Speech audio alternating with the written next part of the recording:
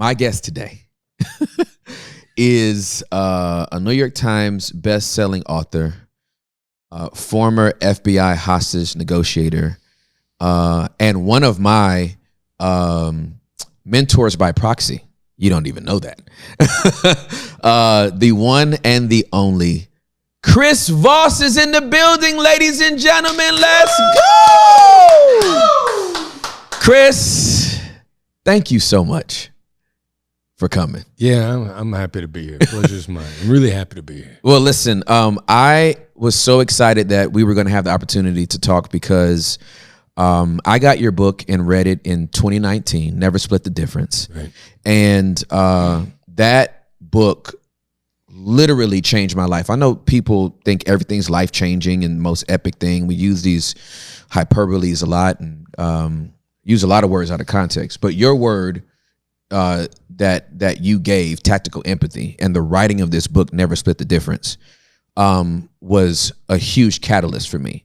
I started with what was at the time the gold standard, Getting to Yes. Right, yeah. And I read Getting to Yes, and it didn't click with me. Right. It was too heady. I thought, man, I don't think I'm smart enough to get people to get to a yes. I got through the whole book. It was great. But then I read Never Split the Difference, and I'm not saying that it is the anti Getting to Yes book, but you introduced this concept of getting to know. Yeah. And I was forever changed. So I just want to start with you. I wanted to introduce you to our audience because you have something significant to give us.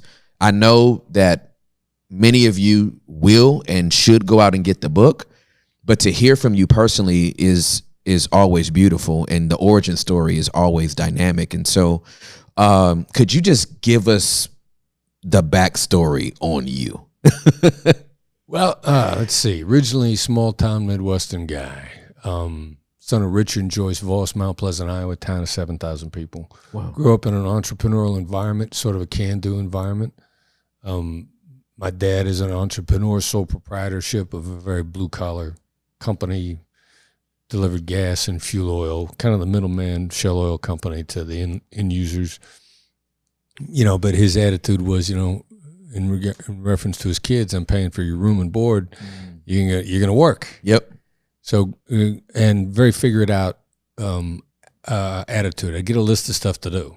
Yeah. And figure it out. Yeah. And my father was the kind of guy that would never ask you to do anything he wouldn't do himself.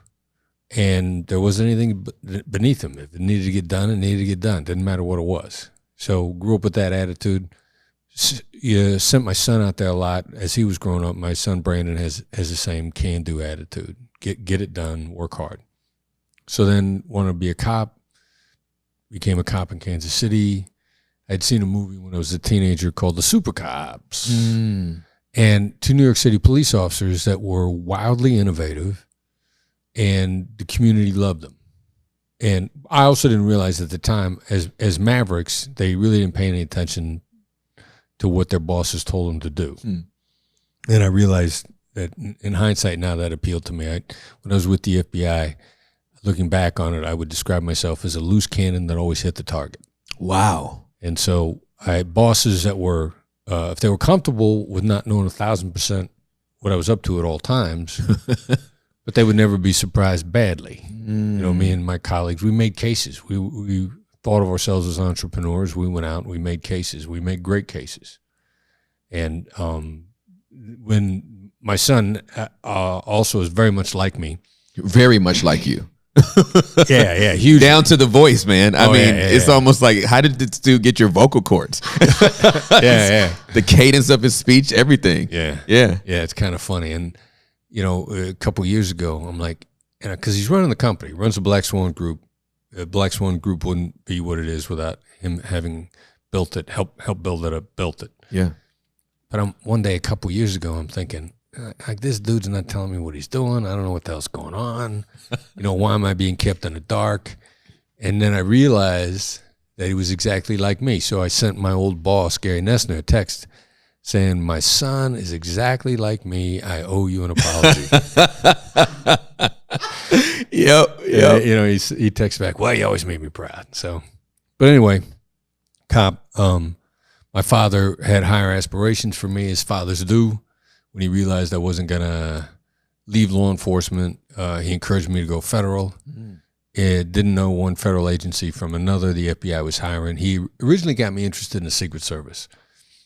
A friend of his was a member of the Secret Service, and this guy told me, says, you know, I've traveled all over the world with Secret Service. And I grew up in a small town in Iowa. Like, I hadn't been anywhere. Yeah. I crossing the Mississippi River was a big deal for me. Right, exactly. So, going into the next state. Wow, that's foreign travel. Right. So I thought, wow, that sounds cool. Secret Service wasn't hiring. The FBI was. I thought, all right, let's give this a whirl. Wanted to be on a SWAT team. It was slated to go on the SWAT team in Kansas City, where I was a cop. And then, so I got on the SWAT team, the FBI, ended up in New York on the Joint Terrorist Task Force, and also tried out for the FBI's version of the Navy SEALs, which is the hostage rescue team, and didn't make it and re-injured my knee in a process. So I'm like, all right, you know, SWAT guys globally are very much like professional athletes, which means they stay with it till they're injured too much to keep it up. Usually lower back injuries is a common thing because you run around with all that gear on. Yep. So I thought, well, you know, I like crisis response. We got hostage negotiators. Let me try that. That seems easy. How hard could it be? Right. You know, my son and I, we joked that there are two unofficial mottos of the Voss family. Number one is, how hard could it be? And we worked after dark so much, working for my father. We used to say anything worth doing is worth doing in the dark. So, and then, you know, how hard could it be is a naive thing to say in most cases. It's very much like the redneck phrase, famous last words of a redneck, hey, watch this. You know, you don't know what you're getting yourself into. Exactly right. Looks easy. Right, exactly. And then we're dead. Got killed. That's right. Sure, I can jump off this building. Right, exactly. Oh, wow. But then hostage negotiation was really cool. I got into it. It really appealed to me. I had volunteered on a suicide hotline to open to get the access because I was unqualified and was told that I was unqualified. But then learned another rule that I live by that I didn't really realize it is never take advice from somebody you wouldn't trade places with. But if you ask them for advice, follow the advice. Yep.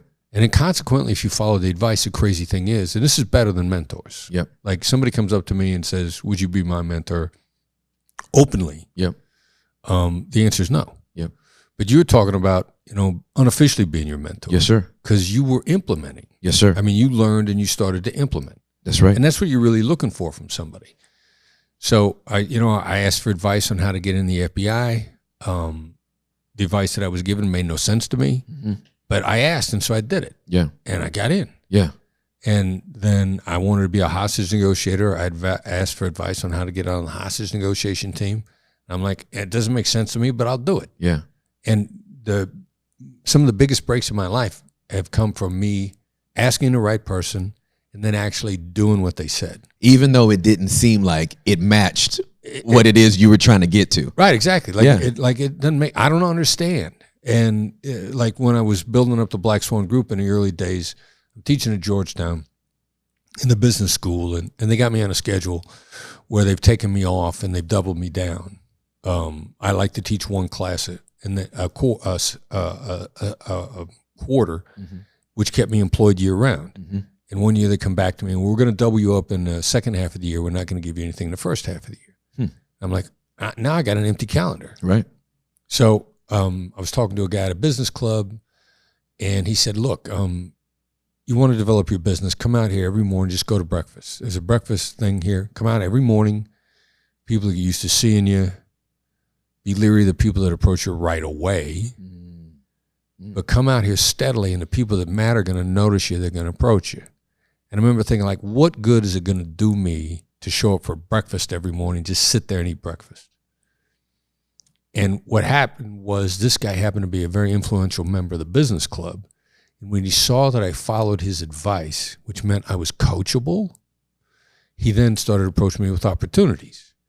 About how long was this? You know, he probably approached me after I'd been going to breakfast there for a month. You know, it hadn't been that long, but he really wanted to see whether or not I was coachable. Absolutely. Whether or not I followed instruction from the right person. Yeah. And then he started throwing opportunities at me. And every single time that I took advice from the right person, it's got to be the right person. They got to know what they're talking about. Right. Like your mom gives you great advice. Yep. It's a pretty good chance your mom doesn't know what she's talking about. But she loves you.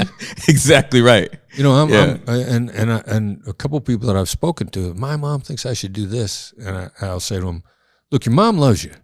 You know, I understand your mother loves you. Is your mother doing that professionally? Well, no. Well, look, your mother loves you. She doesn't know what she's talking about. Go find somebody that's doing it. Yep. And so just because somebody loves you or because they're a friend doesn't mean you should follow their advice. Absolutely. So I followed advice time after time. And then I got into the negotiation unit, followed advice there. Took initiative, followed guidance.